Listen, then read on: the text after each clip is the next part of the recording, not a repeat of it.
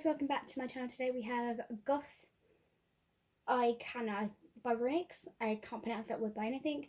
So this book is kind of like a half-half thing because I got it because the spice, but the storyline I could not kind of follow. Doesn't sound bad, but it's kind of bad, but here we go. If this is madness, she whispers almost against his lips, drown me in it. Covina Clem is a woman with secrets. The last thing she expects to receive is an admission letter from the University of Vermore, a place just as secretive. A castle top of mountain, Vermore is steeped in shadows, deceit and death, a place where sudden has been disappearing every 5 years over a century. As Covina becomes caught up in the unraveling clues to solve the mystery, her path collides with Vad Delarol, her manic professor. Vad is a man with secrets, and he cannot allow Covina to get close enough to discover what he hides. But whenever she is near, his hearty soul yearns to possess her. As these two become more and more entangled, these passion for each other could be the very last thing to solve the mystery of them all. Or could it be bring them both down in flames?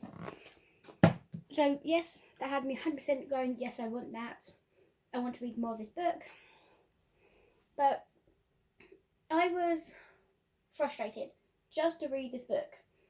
I don't know why, I just couldn't get into it.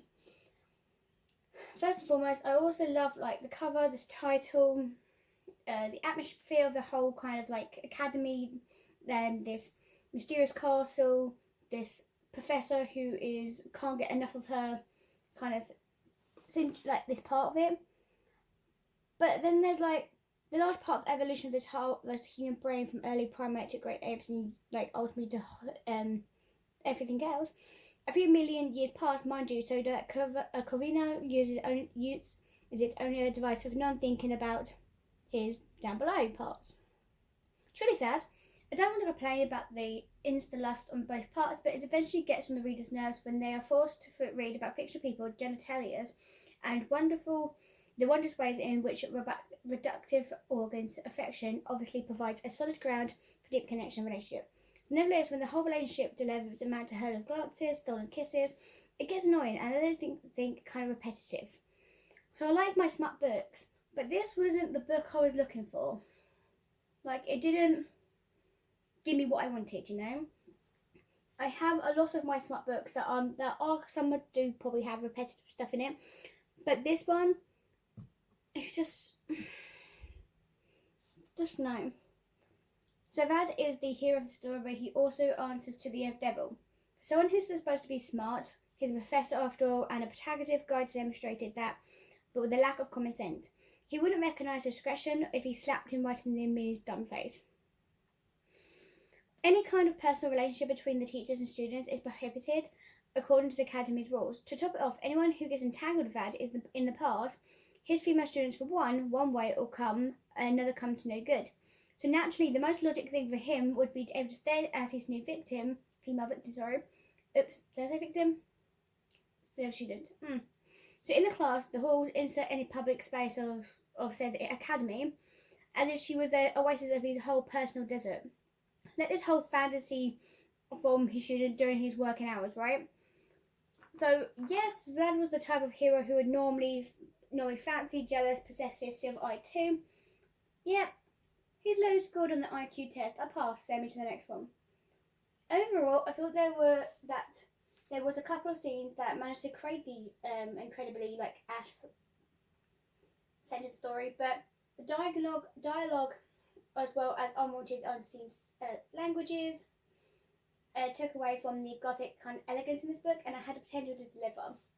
So in my humble opinion, the author would have made the writing a bit more classier, with the lexicon and the lack of elements that would be basic bitches, as well as what the daily basis.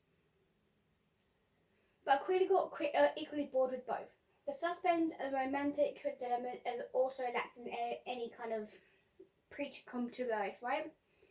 I reached the 60% mark and started to skim.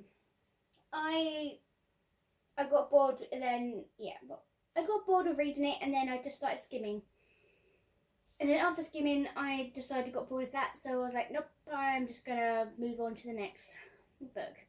So eventually I got close to the end and I just went, I might as well just finish this off quickly and then carry on. It's just not a book I thought would be that interesting to me. So in case anyone wants to inform me how the whole mystery was resolved, then cool, go for it. Because I don't know how I feel about it. Like, I got to the end of the book and I was like, I don't think I want to read. Like, I got close to the end of the book.